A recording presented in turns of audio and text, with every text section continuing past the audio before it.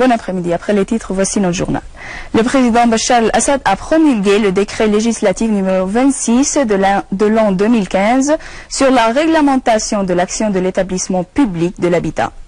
En vertu du décret, l'EPH est une institution publique à caractère économique et bénéfice de la personnalité morale et de l'indépendance financière et administrative, siégée à Damas et liée au ministre de l'Habitat. Le décret définit les objectifs de l'établissement en question, à savoir répondre aux besoins en habitat, renforcer les conseils de l'habitat économique et développer la construction en général.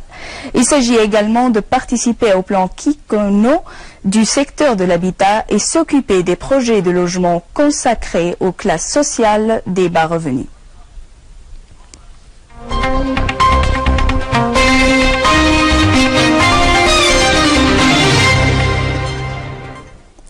Les unités de l'armée et des forces armées ont adressé, dans le cadre de leur guerre contre le terrorisme, des coups concentrés contre le repère des organisations terroristes takfiristes liées à l'entité d'occupation israélienne dans les campagnes de Daraa et de Quneitra.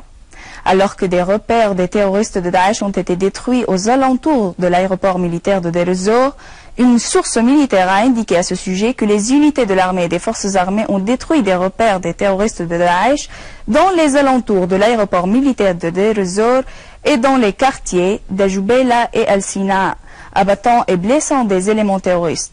Et à Daraa, les opérations de l'armée contre les repères des organisations terroristes et leurs convois dans les banlieues nord-ouest se sont soldées par l'élimination de nombreux terroristes et la destruction d'un canon mortier ainsi que divers véhicules dans les abords sud de la localité de Kafar Shams. La source a affirmé que de grandes pertes en hommes et en équipements ont été infligées au groupe terroriste dans une opération d'une unité de l'armée contre les repères des organisations takfiristes dans les alentours de la localité de Zemrine à la campagne nord de Daraa. Et dans la campagne d'Idlib, les unités de l'armée et des forces armées ont évacué leur position dans la ville d'Ariha et se sont retirés à des lignes défensives à la périphérie de la ville après des combats féroces qu'elles ont menés face à de grands nombres de terroristes du front Al-Nusra. Le délégué permanent de la Syrie aux Nations Unies, Bachar al-Jafari, a affirmé qu'il est impossible de mettre fin à la crise humanitaire en Syrie sans résoudre la raison principale de l'émergence de cette crise, à savoir l'apparition du phénomène du terrorisme soutenu de l'extérieur. Jafari a indiqué dans un communiqué au cours de la séance que le Conseil de sécurité a tenue pour discuter de la situation au Proche-Orient qu'en dépit de l'adoption de 6 plans humanitaires en coordination avec le gouvernement syrien, toutes les mesures sont restées incapables à mettre fin à la crise humanitaire. En revanche, de nouvelles crises humanitaires ont émergé dans certaines régions sécurisées suite à l'entrée des groupes terroristes, comme ça a été le cas dans les villes de Palmyre, d'Idlib et de Jisr al-Shurur et aujourd'hui dans la ville d'Ariha. Al-Jafari a indiqué que ceci démontre de nouveau que la crise humanitaire, y compris la crise du déplacement intérieur et le refuge à l'étranger, n'ont pas émergé que dans les régions où les organisations terroristes ont pénétré.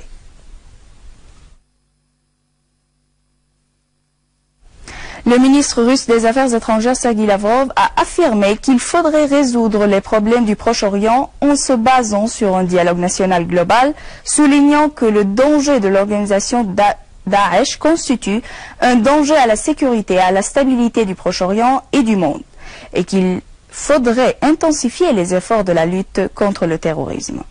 Le ministre russe des Affaires étrangères, Sergei Lavrov, a affirmé qu'il faudrait résoudre les problèmes du Proche-Orient en se basant sur le dialogue national global, soulignant que le danger de l'organisation de Daesh constitue un danger à la sécurité et à la stabilité du Proche-Orient et du monde et qu'il faudrait intensifier les efforts de la lutte contre le terrorisme.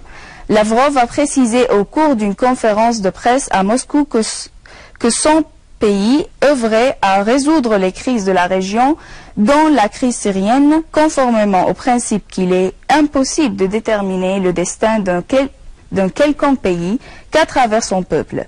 Et il est impératif de lancer un dialogue national avec la participation de toutes les forces, Il a souligné qu'il y avait une convergence remarquable entre la position de la Russie et des États-Unis après la déclaration de cette dernière qu'il est impératif de résoudre la crise syrienne, conformément au communiqué de Genève de juin 2012, affirmant que la Russie ne soutient pas la poursuite des États-Unis, l'appui et la coordination de l'opposition armée. Lavrov a précisé que l'armement de Washington de la soi-disant opposition modérée mènera à une vision bornée, car toutes les tentatives d'armement de ces groupes se sont terminées à les transformer en terroristes. Il a ajouté: nous pensons qu'il est nécessaire de conjuguer les efforts russo-américains ainsi que les efforts des pays régionaux comme l'Arabie saoudite, l'Iran, la Turquie, l'Égypte et l'Émirat arabe unis pour inciter toutes les parties syriennes à lancer un dialogue. En Irak, l'armée a dominé une nouvelle zone dans le gouvernorat d'Al-Anbar après avoir éliminé des dizaines de terroristes retranchés dans cette zone.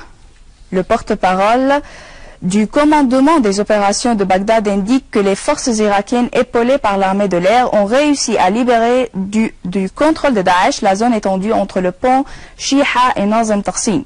L'opération s'est soldée de la liquidation des dizaines de terroristes et de la destruction de 13 de leurs véhicules et de plusieurs cachettes, a précisé la même source, ajoutant que 155 engins explosifs avaient été désamorcés. Sur un autre plan, au moins 10 personnes ont été tuées et une trentaine d'autres ont été blessées dans un double attentat à la voiture piégée près de 2 hôtels à Bagdad.